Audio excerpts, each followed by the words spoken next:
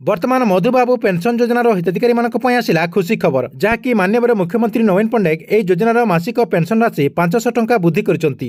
एणिकी Madhubabu pension योजनार हिताधिकारी माने सर्वनिम्न pension राशि 1000 टंका पाइपर जहाँकि वर्धित पेंशन हिताधिकारी माने चलित वर्ष फेब्रुआरी मासरू पाइपर। पूर्वर यह योजन जो मैंने 500 टंका पाते से 1000 टंका पाइपर, जो मैंने 700 टंका पाते से 1200 टंका पाइपर और जो मैंने 900 टंका पाते से 1400 टंका पाइपर। यह योजना सरकार तरफ वार्षिक 3683 कोटी टंका खर्च करने को पड़ो। माननीय मुख्यमंत्री नवीन पट्टनायक जातीय सामाजिक सुरक्षा कार्यक्रम हिताधिकारी मासिक पेंशन में 500 टंका वृद्धि करछंती।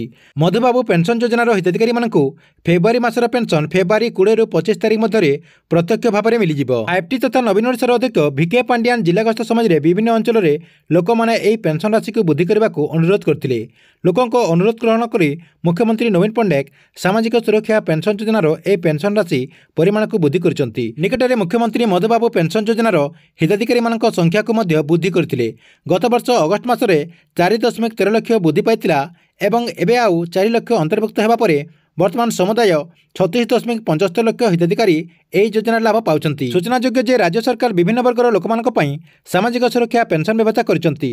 एथिरे वरिष्ठ नागरिक, विधवा, दिव्यांग, अविवाहित महिला, सुस्थ होइतिबा कुष्ठरोगी, ओडिशा राज्यर एड्स सेल द्वारा चिन्हट होइतिबा एड्स रोगी, छाड़पत्र पाइथिबा महिला, किन्नर, कोविड द्वारा होइतिबा अनाथ पिला और विधवा सहित अन्य दुर्बल श्रेणी व्यक्ति सामिल कर सहित जातीय सामाजिक सहायता कार्यक्रम हिताधिकारी राज्य सरकार अतिरिक्त सहायता देते। भिन्नक्षम व्यक्ति क्षेत्र में 40 ରୁ 59% अक्षमता थे से 500 टंका मिलूला और जो मैंने 60% अक्षमता थे से व्यक्ति को 700 टंका मिलूला। सहित जो मैंने 80% अक्षमता थे से 900 टंका मिलूला।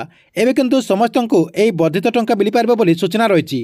ठीक अच्छे एला आपण बहुत बड़ा गोटे अपडेट। आपण वीडियो केमती लगे कमेंट बॉक्स में निश्चय गोटे कमेंट करूँ।